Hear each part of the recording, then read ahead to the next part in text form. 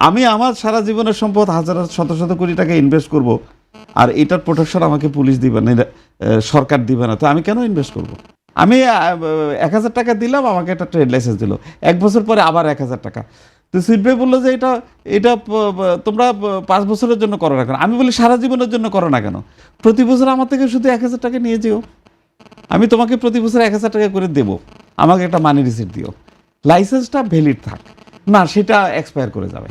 তো এই যে ব্যতিব্যস্ত রাখা, আমাদের দেশের অর্গানাইজেশনগুলোর এই পারমিশন নেওয়া, অ্যাপ্রুভাল নেওয়া, আরেকটা হচ্ছে বিচার ব্যবস্থা।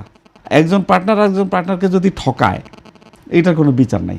কোর্টে যান, 20 বছর লাগবে মামলা সমাধান হতে। আমি তো একটু আগে ভিয়েতনামের গল্প বললাম, এবার জাপানি গল্প বলি। জাপানি একটা কোম্পানি বাংলাদেশে ইনভেস্ট করেছে, করার পরে সে একজনকে ম্যানেজার হিসেবে চাকরি দিয়েছে, এবং ওরা তো সরল বিশ্বাসে সারা পৃথিবীতে যাই করে, ম্যানেজারকে ব্যাংকের চেক সই করার অথরিটি দিয়েছে। তারা করলো কি, সে কিছুদিন পরে সে ব্যাংক ম্যানেজার, কোম্পানির ম্যানেজার 1 কোটি টাকা নিয়ে পালিয়ে গেছে। তো পালিয়ে যাওয়ার পরে এ বিভিন্ন জায়গায় কমপ্লেন করলো, জাপানি কোম্পানি, বিডাতে গেল, এখানে গেল, ওইখানে গেল, সবাই বলে যে তুমি মামলা করে দাও। তো মামলা করা যখন তখন সে দেখলো যে 15-20 বছরে তো এই মামলার সমাধান হবে না।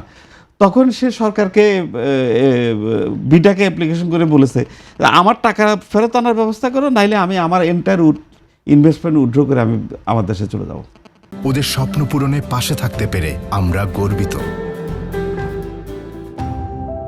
এই সমস্যাগুলোর আমাদের দেশে কোনো সমাধান নাই। আমরা বিচার ব্যবস্থা আমাদের এত দুর্বল, দুর্নীতির কথা বাদই দিলাম। তো তাহলে এদেশে ইনভেস্টমেন্ট কে করবে? আমি যদি একটা ইন্ডাস্ট্রি করতে হয়, আমাকে একটা সন্ত্রাসী পালতে হবে, থানার ওসিকে আমাদের খুশি রাখতে হবে, হ্যাঁ, এই এলাকার সন্ত্রাসীকে খুশি রাখতে হবে, তারপরে পাওয়ারফুল লোক, রাজনৈতিক নেতা, সরকারি আমলা, সিভিল মিলিটারি অফিসারদেরকে হাতে রাখতে হবে, ওদের সাথে গলফ খেলতে হবে, ওদের বাড়িতে জন্মদিনের মেয়ের জন্মদিন বললে আমি 50,000 টাকার গিফট নিয়ে যেতে হবে সেখানে। এগুলো যদি না করি, তাহলে আমাকে শেল্টার দিবে কে? নাই। আমাকে কোনো, যেহেতু বিচার ব্যবস্থা দুর্বল, আমাকে প্রোটেকশন, আইন শৃঙ্খলা বাহিনী আমাকে প্রোটেকশন দিচ্ছে না আমার সম্পদের। আমি আমার সারা জীবনের সম্পদ হাজার শত শত কোটি টাকা ইনভেস্ট করব, আর এটার প্রোটেকশন আমাকে পুলিশ দিবে না, সরকার দিবে না, তো আমি কেন ইনভেস্ট করব? আপনার প্রশ্নের উত্তরগুলো পাচ্ছেন, আমি ইনডাইরেক্টলি কথাগুলোর উত্তর দিলাম আপনার। এগুলোকে অ্যাড্রেস যতদিন করতে না পারবো, ততদিন পর্যন্ত সঠিক পরিবেশ সৃষ্টি হবে না, এবং সেইভাবে কাঙ্ক্ষিত বিনিয়োগ আমাদের দেশে হবে না।